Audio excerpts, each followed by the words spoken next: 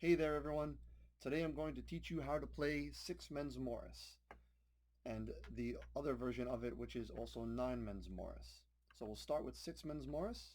Six Men's Morris and Nine Men's Morris is a game from ancient Rome.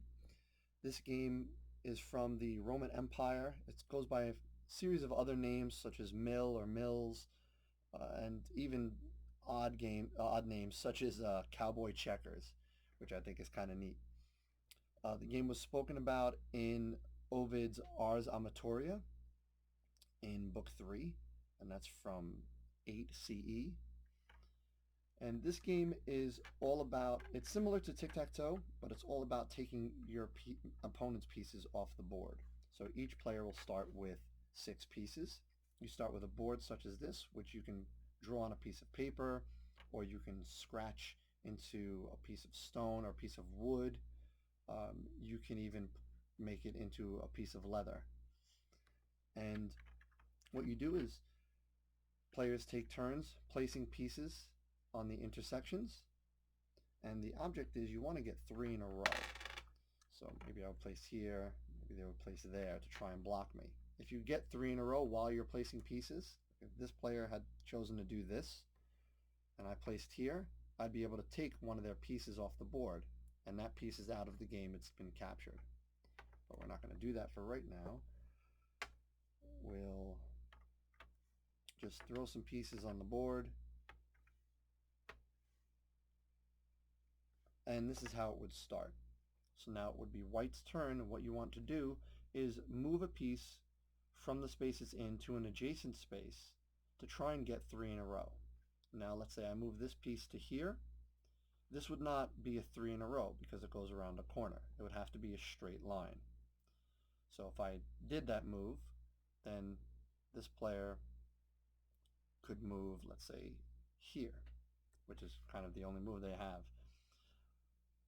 Play will continue, moving pieces around until a player gets 3 in a row. So let's say this player got 3 in a row. Once they get 3 in a row, you take one of your opponent's pieces off the board. You can take any piece you want. Then your opponent goes, and play goes back and forth until one player only has 2 pieces left. So if we wipe this player has 2 pieces. That would end the game. Now once you have 3 in a row, that doesn't mean that every turn you get to take a piece off. If I had 3 in a row here and I took a piece, on my next turn, just this 3 in a row doesn't let me take a piece because I have to move another piece. So if I move this, that doesn't mean that this 3 in a row still counts.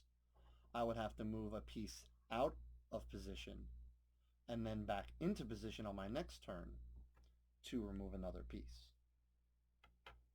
Now, the differences between this and Nine Men Morris, there are 3 major differences. So the first is the board. So let's leave this here actually so you can see the difference. You have the 6 Men Morris board, and then you have the 9 Men Morris board. So as you can see, a 6 Men Morris board is just the middle part of a 9 Men Morris board. You just add an outer layer with connecting lines, and then you have the board for 9 Men Morris. The second difference is you get 9 men. The third difference is a variation or a difference in gameplay. And this is optional. You don't have to play this way, but it does make the game a little bit more balanced. The difference in gameplay is a mechanism called flying. So let's say white is winning and black is only down to 3 pieces. Now those 3 pieces will likely be scattered around the board because you don't want to leave somebody with an ability to make a 3 in a row easily. Now if this was black's turn, once you get 3 pieces and only 3 pieces and all your other pieces are captured, you can fly. And what flying is you're not limited to moving to an adjacent space. you can move any one of your pieces to any other open spot on the board.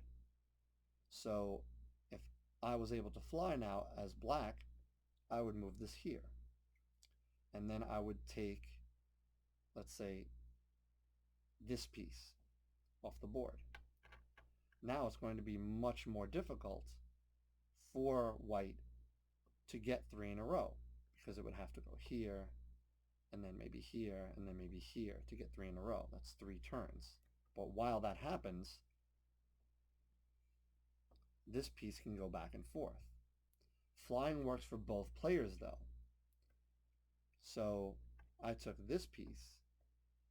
Maybe I wouldn't want to take that piece, because once white is down to 3 pieces, they can fly as well. So no matter what, in this example, white would win, no matter what piece I take. Maybe not. Maybe not this piece. If I take this piece, and white would go here, yeah, white would still win. Then this piece would go here, and white would go here, and that's the end of the game. And that is 9 men's Morris, or 6 men's Morris. Both games represent their own different challenges and strategies. The 6 men Morris game is difficult because it's very close quarters. It's a very small board. 9 men Morris has a little bit more movement, a little bit more in the terms of options, and the option of flying makes it a little bit more balanced when it gets to the lower player count. You can also fly, you cannot fly, however, in 6 men's Morris, because that makes it way overbalanced. And that's how you play. If you have any questions, leave them in the comments. As you can see, it's very easy to have something like this on a piece of cloth. You throw your pieces in. I use small glass beads. You can use anything, stones, coins. You can just wrap them up, get a rubber band or a hair tie, and that's it. All right, thanks for watching, and I will see you guys next time.